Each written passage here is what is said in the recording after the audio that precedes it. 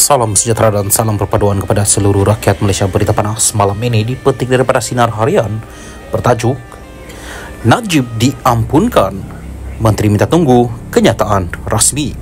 Berita penuh, Menteri di Jabatan Perdana Menteri Wilayah Persekutuan Dr. Zaliha Mustafa enggan mengulas lanjut berhubung spekulasi bekas Perdana Menteri Datuk Seri Najib Tun Razak mendapat pengampunan. Beliau sebaliknya meminta semua pihak menunggu kenyataan rasmi daripada lembaga pengampunan sama ada bekas ahli parlimen pekan itu dibebaskan atau sebaliknya.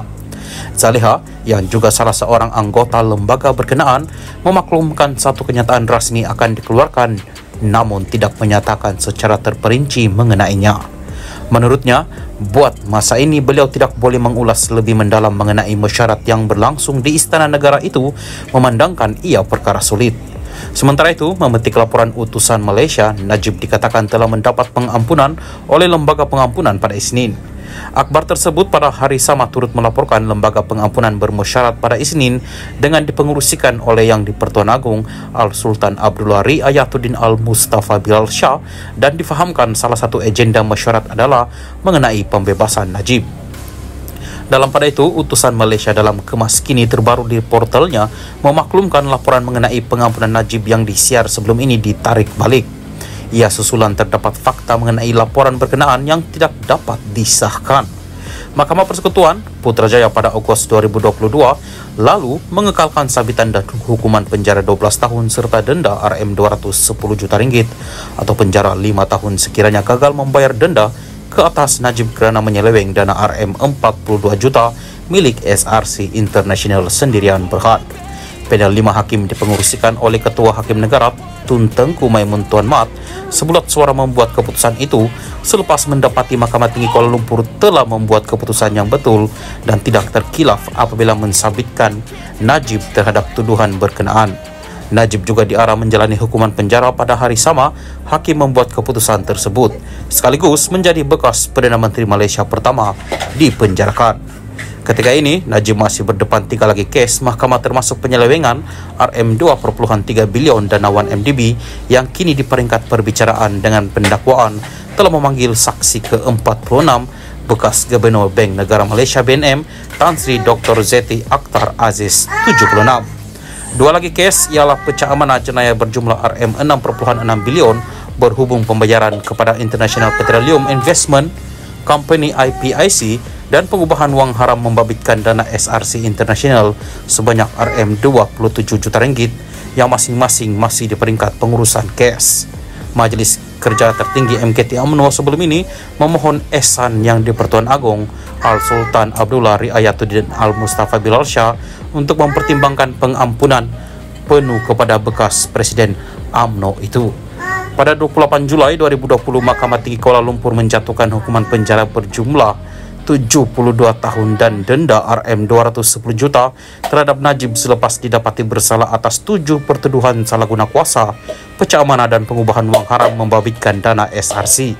Hakim Mohad Nazlan Mohad Ghazali, kini Hakim Mahkamah Rayuan, membuat keputusan itu selepas mendapati pihak pembelaan yang mewakili bekas Presiden UMNO ini gagal menimbulkan keraguan munasabah terhadap kes. Bagi pertuduhan salah guna kuasa, dia dihukum penjara 12 tahun, denda RM210 juta ringgit, manakala 3 lagi pertuduhan pecah amanah dan 3 kes pengubahan wang haram, dia dihukum penjara masing-masing 10 tahun.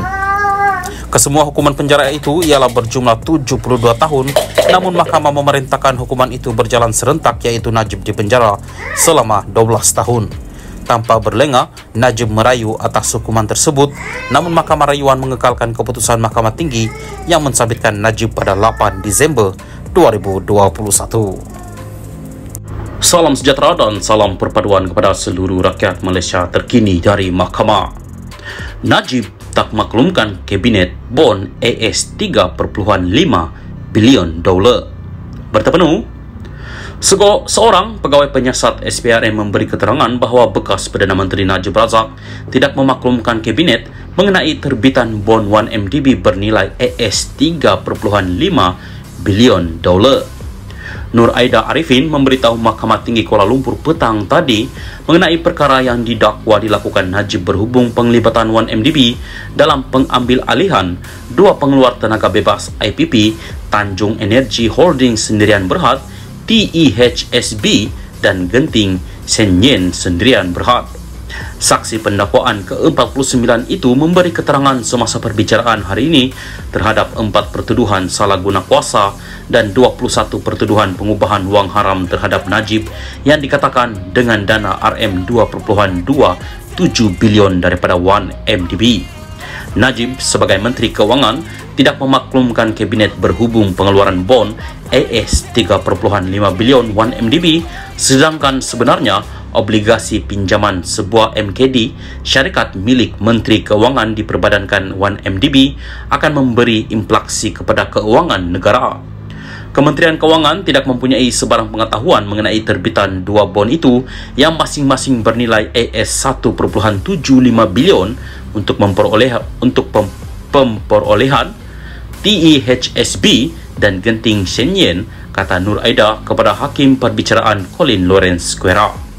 Berhubung bantahan oleh Peguam Bela Utama Muhammad Syafiee Abdullah mengenai dakwaan cakap dengar dan keterangan pendapat, Nur Aida memberi keterangan bahawa Najib didakwa menguruskan 1MDB menggunakan pendekatan top-down. Saksi itu mendakwa sisatannya menunjukkan perkara ini apabila Najib menandatangani dua resolusi bertulis yang dibentangkan dalam bentuk resolusi pekeliling pengarah DCR yang perlu ditandatangani oleh Lembaga Pengarawan MDB berhubung pemerolehan dana TEHSB dan Genting Senyen. Pengambil alihan IPP membentuk fasa kedua daripada 4 fasa yang didakwa berlaku antara 2011 dan 2014 dan didakwa mengakibatkan berbilion ringgit diseleweng daripada 1MDB. Bagaimanapun, disebabkan bantahan daripada Syafiee atas alasan cakap dengar, Square mengarahkan supaya sebahagian daripada bahagian keterangan Nur Aida mengenai bon itu digugurkan. Square juga mengarahkan pihak-pihak terlibat membuat hujahan lisan kemudian berhubung bantahan Syafiee mengenai keterangan pegawai penyiasat SPRM berhubung dakwaan pendekatan top-down. Prosiding Mahkamah Terbuka akan disambung semula pada 24 Januari. Najib dibicarakan atas 4 pertuduhan salah guna kuasa dan 21 pertuduhan pengubahan wang haram membabitkan RM2.27 bilion daripada dana 1MDB. Bagi 4 pertuduhan salah guna kuasa, bekas ahli Parlimen Pekan itu didakwa melakukan kesalahan itu di Islamic Bank Berhad Cawangan Jalan Raja Chulan di Bukit Kelon, Kuala Lumpur antara 24 Februari 2011 dan 19 Disember 2014. Bagi 21 pertuduhan pengubahan wang haram, Najib dikatakan melakukan kesalahan itu di bank yang sama antara 22 Mac 2013 dan 30 Ogos 2013.